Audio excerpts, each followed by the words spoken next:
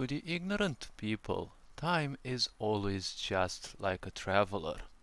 It's just like the regular traveler that, well, it happens to go by you and, well, most likely you don't even notice them. To people who are disconnected from their perceptions, time is simply nothing else than a passerby in their life. It is just like a traveler. It just shuts up, it minds its own business and just heads on its own way. It will most likely pass by you and you most likely don't even notice it. That is how time also is for ignorant people.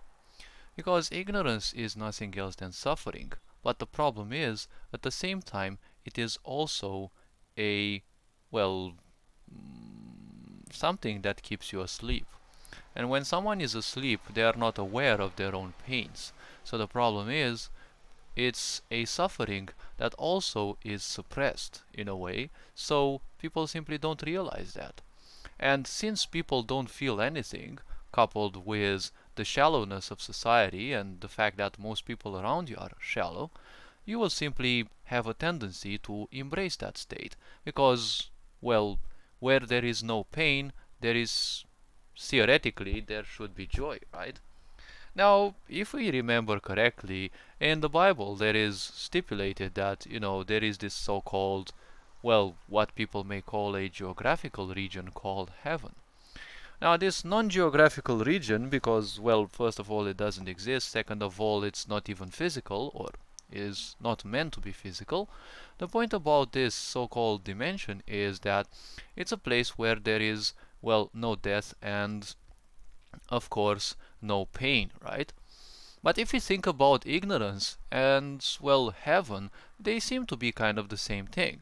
Well, first of all, heaven was born out of religion, and religion was born out of ignorance, because in ignorance anything can be created, and people will simply follow it, because in ignorance there is a,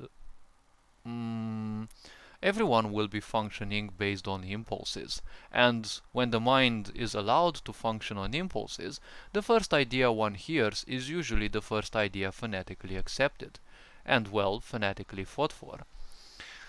So when it comes to heaven and ignorance, they seem to be both the same thing, right? Because in heaven it said that there is no death and there is no pain, which basically is what people who have been traumatized are seeking, right? They don't wish to die, they want to live eternally because they are constantly suffering, so they want to experience some happiness, some greatness, right? And when that happens, they want it to be prolonged forever. So basically, they don't want any death, right? And at the same time, they don't want any pain because basically they've been experiencing a lot.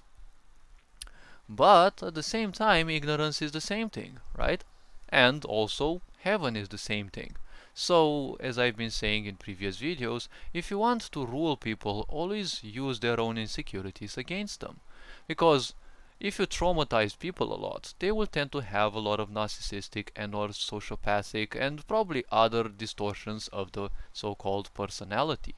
So the point is, the more people tend towards narcissism, they will tend to call themselves perfect and they will tend to call themselves better than the others because all their insecurities require a huge amount of lies to simply suppress the reality of what they are. Now, the point about this is all these insecurities create a lot of pain. And obviously, when you end up embracing or becoming the idea that you are always perfect and nothing can be wrong, then obviously there is this great offender called death. Because if you are perfection incarnate, well, death is that, betrayal of life or whatever may be portrayed as, which simply takes everything from you. So basically, because of death, you're losing your so-called perceived perception of perfection. Now, the point is, when it comes to ignorance, as I said, it's basically kind of the same thing as heaven, right? Because in ignorance there is always pain, but the point is, it is suppressed. Because, well, it is basically a suppressor of emotions. Ignorance means being disconnected from your emotions and, well, basically from your thoughts, because thought and emotion are kind of the same thing. So the point is, being disconnected from your thoughts and emotions, you're kind of left dead. In this state of feeling dead, there is basically no pain because you're not perceiving pain as you should, as people who are very sensitive, right? So when you're not feeling any pain to the mind of the ignorance, well, there is basically no pain, right?